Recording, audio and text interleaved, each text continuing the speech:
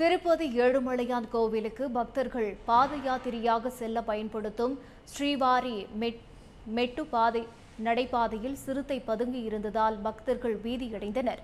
சிறுத்தையை பார்த்த பக்தர்கள் கூச்சலிட்டனர். மேலும் இதுகுறித்து அங்கு பணியில் இருந்த தேவஸ்தான பாதுகாப்பு ஊழியருக்கு தகவல் கொடுத்தனர். இதையடுத்து சிறுத்தை நடமாட்டம் குறித்து எச்சரிக்கை விடுத்த தேவஸ்தான ஊழியர்கள் பக்தர்கள் செல்வதை தடுத்து நிறுத்தினர். அங்கு வந்த தேவஸ்தான விஜிலன்ஸ் துறையினர் மற்றும் வனத்துறையினர் தடிகளுடன் சென்று சிறுத்தையை விரட்டும் முயற்சியில் இறங்கினர்.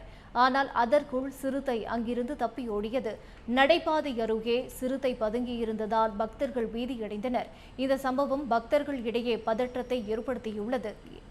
வனவிலங்குகள் நடமாட்டம் காரணமாக திருப்பதி மலைப்பாதை வழியாக இரவு 9 மணி முதல் அதிகாலை 5 மணி வரை பக்தர்கள் நடைபயணம் மேற்கொள்வதற்கான தடை தொடர்கிறது. மேலும் குழந்தைகளை மிகவும் பாதுகாப்புடன் அழைத்து செல்லவும் பக்தர்களுக்கு அறிவுறுத்தப்பட்டுள்ளது.